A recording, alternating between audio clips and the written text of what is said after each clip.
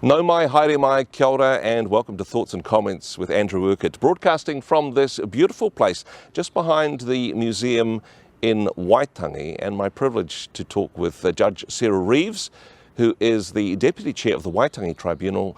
Sarah, kia ora, thank you for your time. Kia ora, Andrew. It's a pleasure to speak with you. Now, we've had a look at what is an absolutely beautiful exhibit which tells the story of the Waitangi Tribunal, the legacy, if you like, which you've inherited. Such wonderful stories, such a wonderful legacy.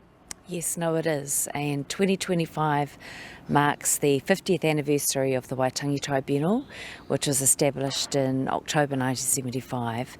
So we thought that it was what better place to bring the beginning of our anniversary year celebrations into Waitangi, where it all started. And what better week than Waitangi Week, certainly. Absolutely. Now, there's been a lot of work to put this together in a relatively short timeline as well. You were quite deeply involved with this process? That's correct. I chair the steering committee for the 50th anniversary celebrations. So when I engaged with the Waitangi National Trust about the tribunal's presence here during Waitangi Week, and we talked about some of the other projects and events that we were doing. I mentioned that we had this archive of photographic material, and about 2 weeks later they came to me with this proposal: do we think we can do this exhibition? And that was in September 2024. Wow. So it was all hands to the deck once we decided that, yeah, it was really worthwhile. So many doing. iconic images, so many distinctive characters that make up, I suppose, the recent history of our nation politically, particularly when it comes to Waitangi. Now, this is going to be at the Waitangi Museum for a period of time, and then I understand travelling to Wellington. That's correct. So it'll be here until, I believe, April the 6th is the closing day, and then we will be bringing it to Wellington, where it will be at the Wellington Museum from late May until September. And then I think we're going to be touring it, but we haven't quite got plans about where and when that will happen. But I think this exhibition deserves to be having a wider audience. Yeah, certainly. And I mean, a lot of questions being asked perhaps about the Waitangi Tribunal, its role within our society, and its role in terms of interpreting what the treaty means to us. Bit of a contentious issue perhaps in recent months, but what role do you feel the Waitangi Tribunal has in defining the principles of the treaty and what it means for us as a nation going forward? Well, in the most literal sense, that is our job according to our statute. Mm-hmm. We are the only body that has the jurisdiction to determine what the principles of the treaty are, and to determine any differences between the Te Reo version and the English version of the treaty. And of course we are the body to which Māori bring their claims in relation to breaches of the treaty by the Crown. And of course bringing with that historic and academic scholarship. I mean, there's lots of people with opinions, but you guys have done your research, right? That's correct. So for the first 10 years of the tribunal's life, we only had a contemporary jurisdiction, the jurisdiction to determine whether contemporary actions of the Crown or omissions of the Crown were breaches. In 1985, the Crown gave us, the government of the day gave us a retrospective jurisdiction back to 1840, mm-hmm. and that really kicked off 20 years inquiry program into historical district inquiries, and the tribunal prioritised that to support the aspirations of government and iwi to move on with treaty settlements. Of course, we have had much debate, heated debate, about what the treaty means for us, what it meant back in 1840, what it means for us going forward. Do you think it's good that we're having this korero? Do you think it's good that people are asking the question, so what does it mean for us? What does it mean for me personally? Does that add value to the process, do you think? Well, absolutely. I mean, I think what a general audience needs to understand is that obviously the treaty was signed between Māori and the Crown. Yeah. And so then people think, well, where do I fit into that? And the treaty is a document which is now seen as the founding document, well, it always was, but is now recognised as the founding document of this nation.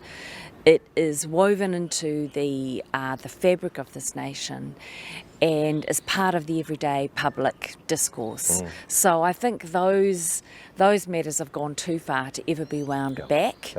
And I mean, it's always healthy to be asking these questions and having these debates, but those debates must be premised on, accurate information and, on point issues, not matters which are seemingly taking us down a rabbit hole.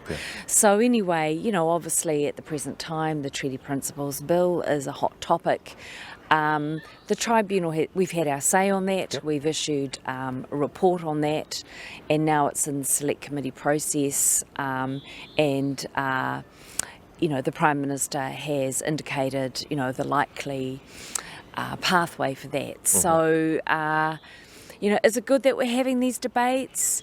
On the one hand, I think it is healthy, but again, good information, accurate information is important, and that's one of the reasons we're creating the sort of content which is contained in this exhibition. Certainly, and this is in some ways a turning point, both numerically celebrating 50 years, and in the exhibition being able to see the progress that has been made in those 50 years, being able to see it in a series of images is very powerful, but certainly at this perhaps turning point. There's some new appointments, of course, to the Waitangi Tribunal, some people retiring or stepping down, a new season, some new people.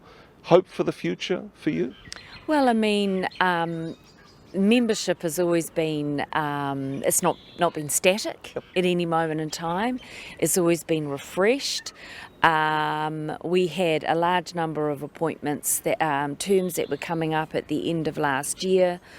The government has taken the opportunity to refresh some of those appointments, to reappoint some others to further time on the tribunal. And those members who have not been reappointed, if they are involved in current inquiries, they remain with us until those inquiries are finished. So it's not as if we immediately are waving goodbye to those people.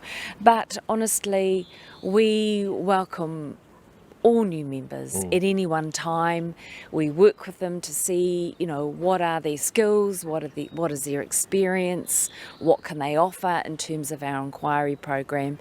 So, we're excited to engage with and get to know our new membership. And I note that Ron Mark was here yesterday at the Pōheri. He told me that he's very excited. I have met and spoken with our two members who were appointed earlier, Richard Prebble and Ken Richardson. They're really engaged, they're doing a lot of reading, a lot of preparation.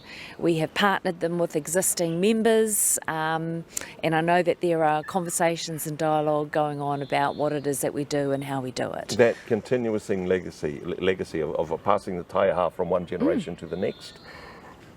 50 years this year, of course, 50 years from now, when we look at what New Zealand will be like, the sort of values that our nation will be based upon, of course, this will take us beyond the bicentenary of the signing of Te Tiriti. What is your vision, what is your hope for New Zealand 50 years from now? Well, Te Tiriti or Waitangi will always be with us. And I guess my hope is that that document, that compact between the two peoples coming together to found our nation, that there be a wider understanding of what that actually means and how that is lived out in the lives of our nation. And I think we're going through sort of the growing pains of that right now as we try and work that through. The treaty has been taken out of its tiny little box that it was in for a very long time. And I think that our nation is mature enough now to really face those issues and to grapple with them. that's why I personally don't feel, so nervous about this treaty principles debate, because I think it does help people to really, clarify and understand. Perhaps a sign of our coming of age as a nation that we can have mature Yes. conversations about what is so important to us as a Absolutely, people. yeah, and not necessarily be shouting at each other, Yeah, from either side of the... Well, Judge Reeves, we very much appreciate your time. Kia ora, thank you so much for joining us. You're very welcome.